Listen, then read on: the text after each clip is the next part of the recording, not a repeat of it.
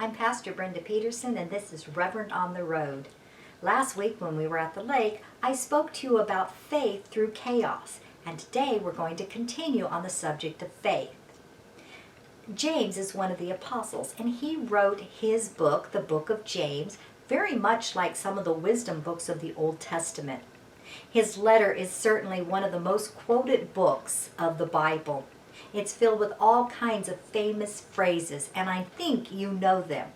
As soon as I say them, you'll think, oh yeah, well, all of these come from the book of James. Faith produces perseverance. God cannot be tempted. Every good and perfect gift comes from above. Be quick to hear, slow to speak, and slow to anger. Be doer of the word and not hearers only. Even demons believe and shudder. Faith apart from works is dead, and resist the devil and he will flee from you. I'm sure you've heard those, and I'm sure some of you have even quoted those. So remember, they're from the book of James.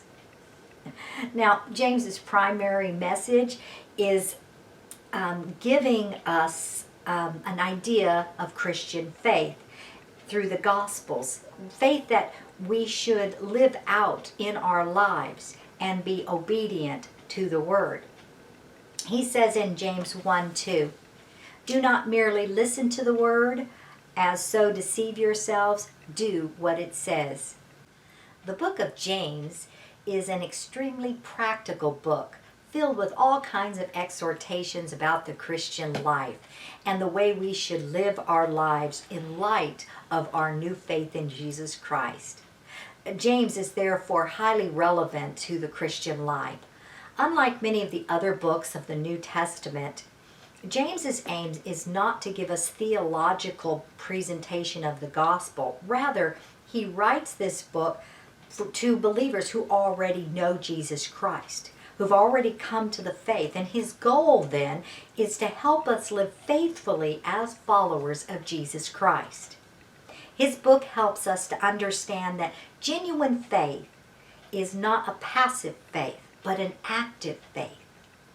Today we're going to talk about faith, faith that lives out wisely in our lives. And we're going to see that through the book of James, chapter 3, verses 13 through 18. Did you ever watch the Jay Leno show on The Tonight Show? After Jay Leno left, I stopped watching it, but before he left, I watched him every night after the nightly news. One night I was watching Jay, and he always did that little sketch thing called jaywalking. I think it was Jaywalking All-Stars, and this went where he went out onto the streets and he would ask people questions, logical questions, questions about like history or politics or whatever. And these people were absolutely clueless. And, you know, I've watched some other shows similar to that, and I can tell you, people are a lot more clueless today than they were even in that day. And there were some pretty, I just won't say it. Some of the questions, they ranged all over the place, like, who was Abraham Lincoln? Surprisingly enough, people didn't know who Abraham Lincoln was. Another question that they might ask was just about common sense, like, what color is the White House? Or what country is the Panama Canal in? And some of the answers used to just crack me up. I mean, at the same time, it is just shocking at the lack of knowledge and wisdom that people use in answering these questions. In some cases, not only were people ignorant, but they relished in the idea of living in this ignorancy. Here's a question to you. What does wisdom and faith have in common? The answer is very simple. It's everything. They have everything in common. James addresses the issue of wisdom and faith as a means to prove our relationship with God. He begins with a test, the test of wisdom found in verse 13 of chapter 3 of James. It begins with, who is wise and understanding among you. Who is wise and understanding among us? So, the first question is a question of wisdom. James begins with this twofold question, seeking to move beyond head knowledge to find one's life reflecting more of a spiritual transformation. He wants to know if we get what life is all about. So he uses two words equally and for clarification purposes. So let's start with that first word, wisdom. What is wisdom? Wisdom is something that many people seek, but few people possess. In its basic form, it is the basis for activity of your life. It is your philosophy of living. It comes in two forms. To the Greeks, wisdom was nothing more than the study of theory and speculation. Philosophy, you might say. It originated with a person and was something that you would talk about. You remember when Paul went over to Athens, and he was right there in Greece, and there was a bunch of intellectuals sitting there talking about everything, and they turned to Paul, and Paul said something of the sort of, he starts to explain about God and who God was. They were so enthralled with the subject, they wanted to hear more, but they didn't want to hear more because they wanted to know who Jesus was and how he affected their lives. They wanted to know because it was interesting. It was philosophy. It was something to talk about and to argue about and to discuss, but not something to believe in their hearts. And certainly not necessarily something to live out. Now, to the Jews, wisdom carried a deeper meaning. It was the application of truth and knowledge in everyday life. It was not something just to be discussed, but truth originating with God to be lived out. We're finding today that a lot of people don't want to live out truth. They would rather live in their own delusional world. They're more like the Greek wisdom, but not like the Jewish wisdom. In putting these two terms together, wise, meaning sophos, and understanding, meaning eptimon, James was clearly speaking about the Jewish concept of wisdom. The Jewish concept of wisdom is significant as it runs counter to culture and against man's natural tendencies. Mankind has longed to hold on to their own pride. Pride is one of the biggest sins out there. It's what made Satan fall from heaven because of his own pride. Pride gets in the way of everything. And so man relishes in this notion that he can either comprehend God or he can just explain God away. This is not what James had in mind when he was talking about wisdom. You see, although James focuses on the practical versus the theological when it comes to this topic, he desires us to focus on theology, not philosophy. Psalms 111:10 says this: "The fear of the Lord is the beginning of wisdom. A good understanding have all those who do his commandments. His praise endures forever." And I really like the way the Net Bible puts it, because Psalms 111:10 reads like this: "To obey the Lord is the fundamental principle for wise living. All who carry out his precepts acquire good moral insight. He will receive praise forever." I really like that translation. Notice that wisdom begins with the study and knowledge of God, and it ends with living accordingly to his precepts. Listen to Solomon. He has a great counsel here in Proverbs 2:1-15. "My child, if you receive my word and store up my commands within you, by making your ear attentive to wisdom and by turning your heart to understanding. Indeed, if you call out for discernment, raise your voice for understanding. If you seek it like silver and search it like hidden treasure, then you will understand how to fear the Lord, and you will discover knowledge about God. For the Lord gives wisdom, and from his mouth comes knowledge and understanding. He stores up effective counsel for the upright, and is like a shield for those who live with integrity. To guard the paths of the righteous and to protect the ways of his pious ones. Then you will understand righteousness and justice and equality, every good way. For wisdom will enter your hearts, and moral knowledge will be attractive to you. Discretion will protect you. Understanding will guard you, to deliver you from the way of the wicked, from those speaking perversely, who leave the upright paths and walk on dark ways, who delight in doing evil. They rejoice in perverse evil, those whose paths are morally crooked and who are devious in their ways. And then Psalms 14:1 says, fools say to themselves, there is no God. They sin and commit evil deeds. None of them does what is right. No one considers themselves as a fool. I know if you call someone a fool, they're like, what? I'm not a fool.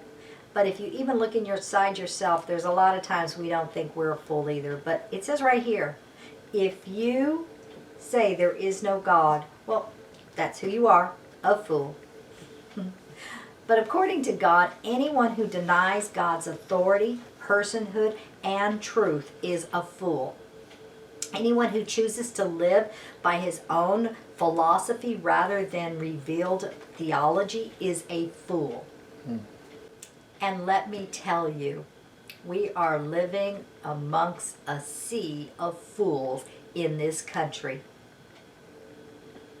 It's not just, though, a person who denies God's existence, but also one who believes in God, but who lives as if God does not exist by disregarding God's truth and living according to his own ingenuity and reason.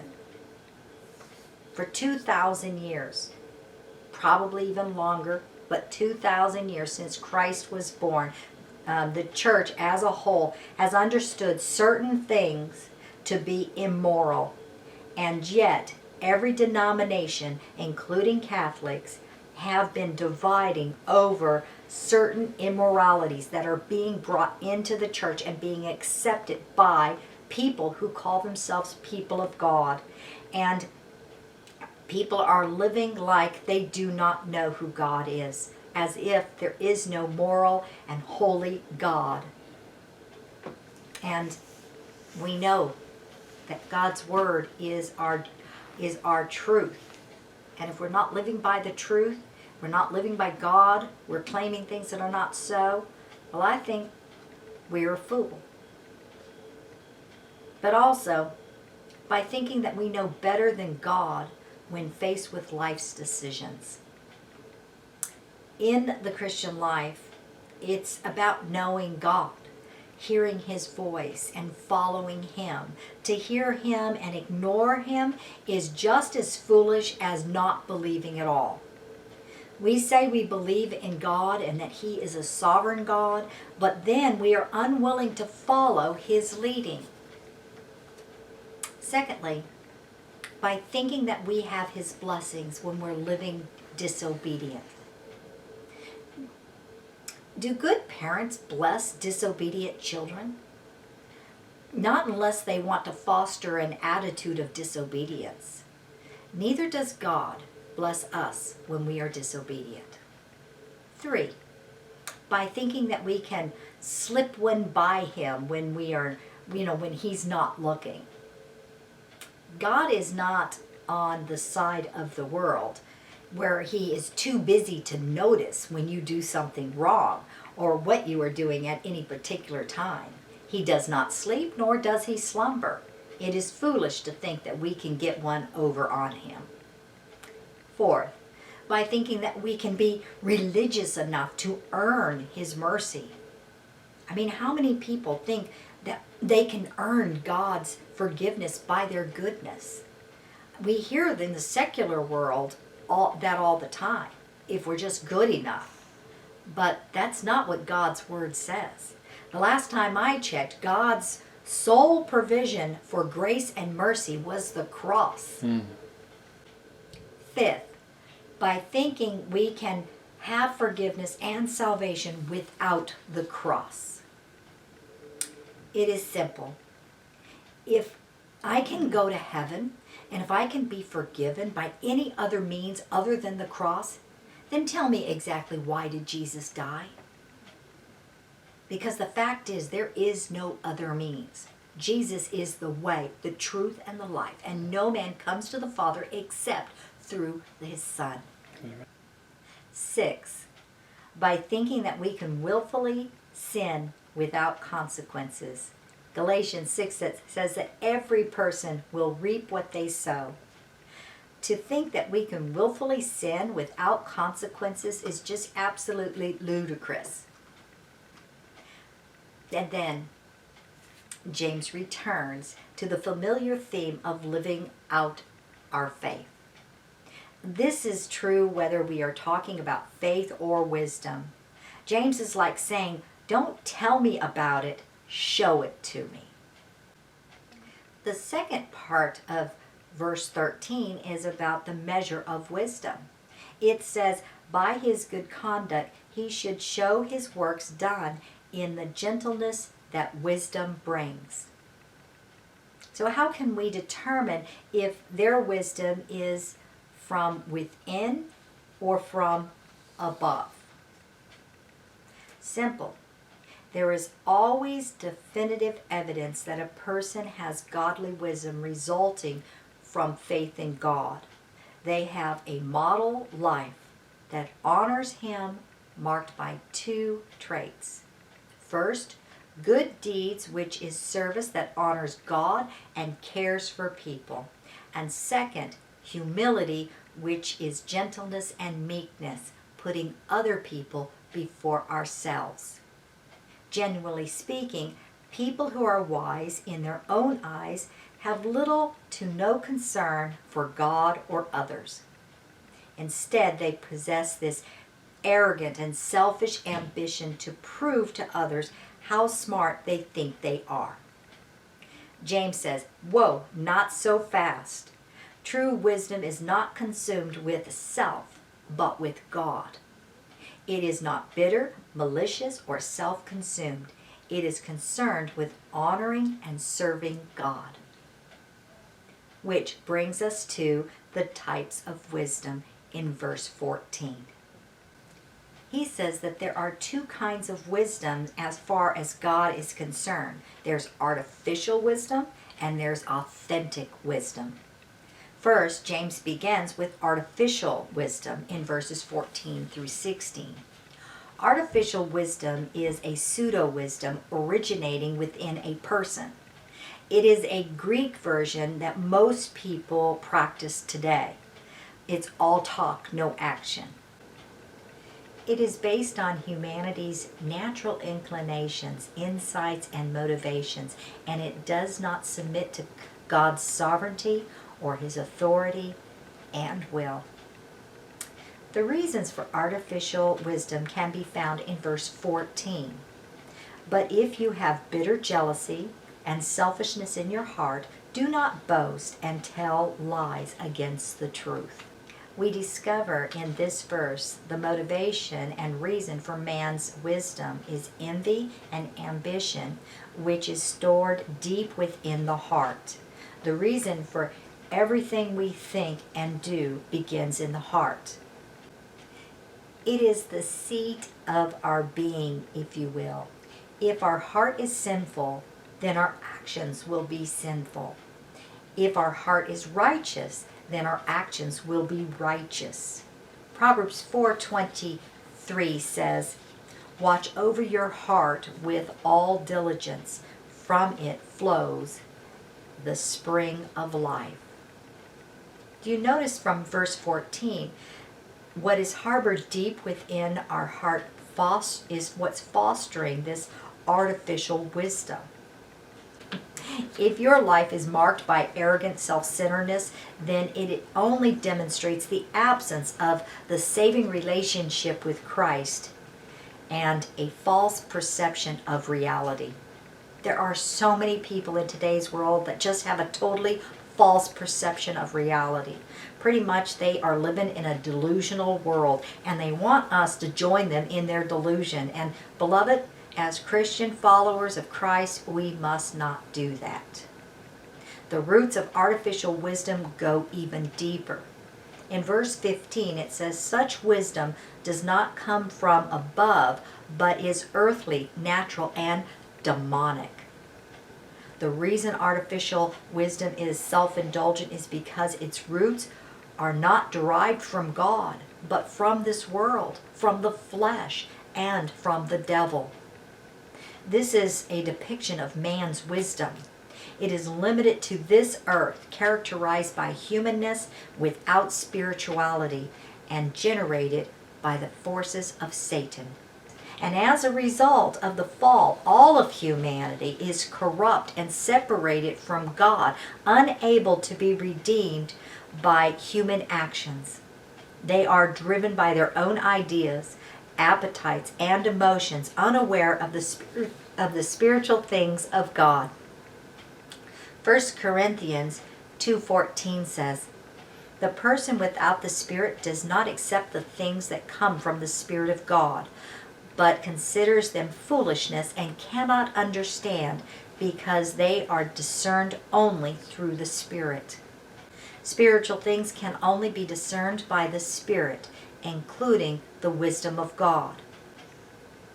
Finally, we get to the results of this artificial wisdom in verse 16. "For where there is jealousy and selfishness, there is disorder and every evil practice." The result of artificial wisdom is a broad, sweeping disruption and confusion, leading to rebellion and lawlessness. And have I just described our country today? Or what? The word disorder means instability, confusion, and potentially anarchy. The denial of God in this country has led many, many people of all kinds to this confusion and anarchy that I believe James is discussing here. However, James contrasts all of that with authentic wisdom. Authentic wisdom is wisdom originating from God. It is based upon God's divine nature and revelation that ushers a person into a relationship with Him, and then authorizes them to serve His kingdom and righteousness under the inspiration of His Spirit. The truly wise person demonstrates his or her understanding of Christ by the way he or she lives. Our works show where our hearts are invested. Do our attitudes and motives match our actions? While we may not claim to be wise, we can aim at living in wise ways, a life of steady goodness. The reasons authentic wisdom are found in verses 17a. It says, "But wisdom from above is first pure." Now notice the origins of true wisdom is from above. And it begins and it ends with God. It begins for man in the instant of salvation. Furthermore, it is pure, and that word is holy. It is free of contamination. It is unpolluted by the world and by the fallen nature. It's just not polluted. God's wisdom is free of defilement and always works in honor of his kingdom. When a person comes into relationship with God, they gain access to this kind of wisdom.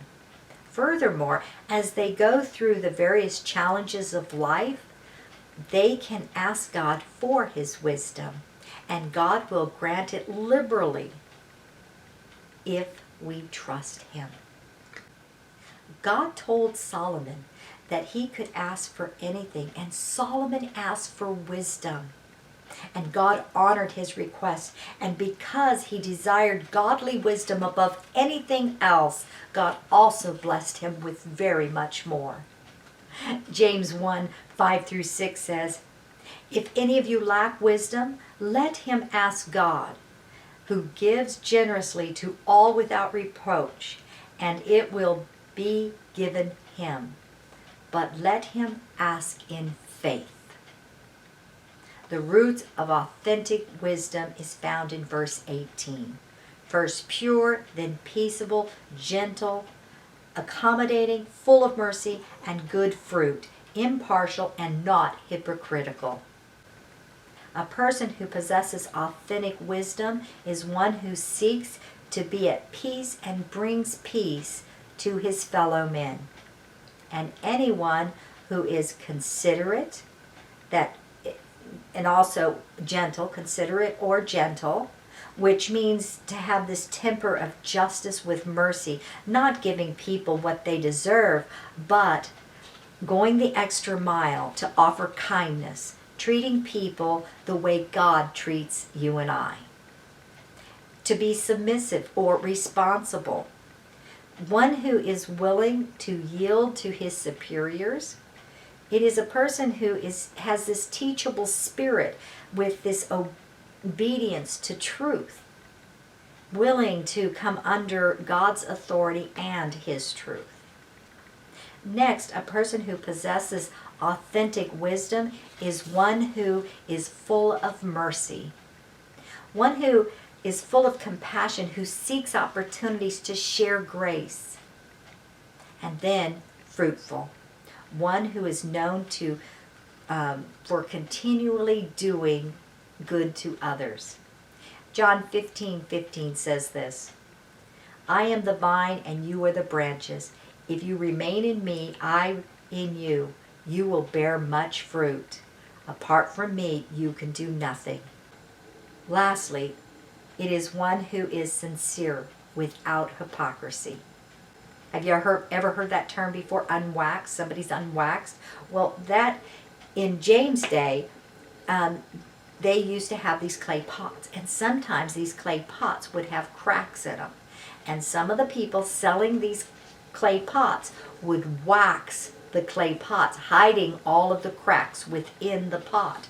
And then the first time you go to use the pot, it would melt the wax and it would begin to leak.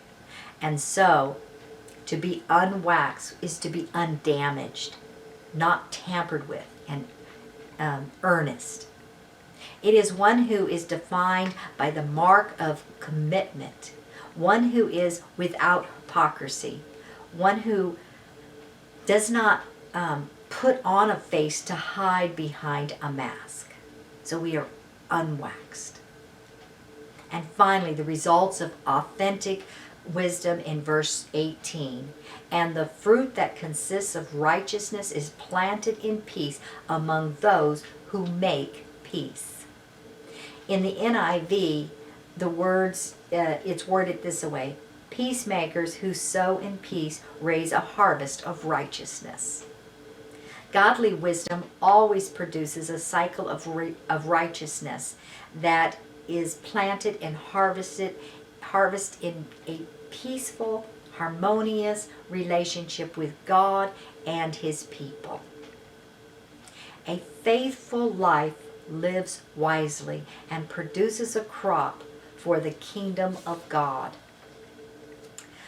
I read not long ago that if you took one kernel of wheat and you planted it and then planted its fruit over and over for the next 25 years, there would be enough grain to feed every person who has ever lived. That's something. Basically, that's what we're called to do. We are called to take what God has planted in us and give it away as often as we can. Our lives and our ministry are to continually be replanted. And we replant the wisdom of God into the souls of others for a great harvest of ministry for the kingdom. That is what the Great Commission is all about.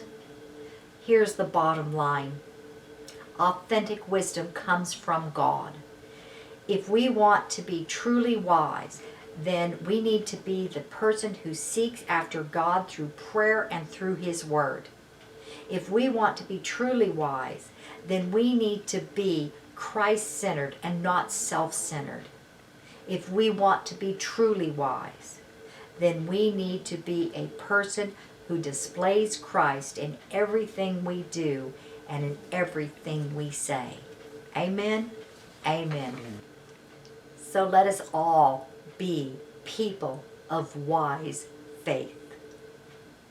God bless you all. Thank you for watching today, and we look forward to talking more about faith next week as well. And if you have not already subscribed to our channel, Reverend on the Road, we invite you to do so, and we also invite you to just kind of click on that notification bell so you can get any message that we put up without us sending out an email to you. And that would be really helpful, because there is a day coming soon when we will not be able to do that for you anymore. So we hope you subscribe to our channel. God bless you, and we'll see you next time.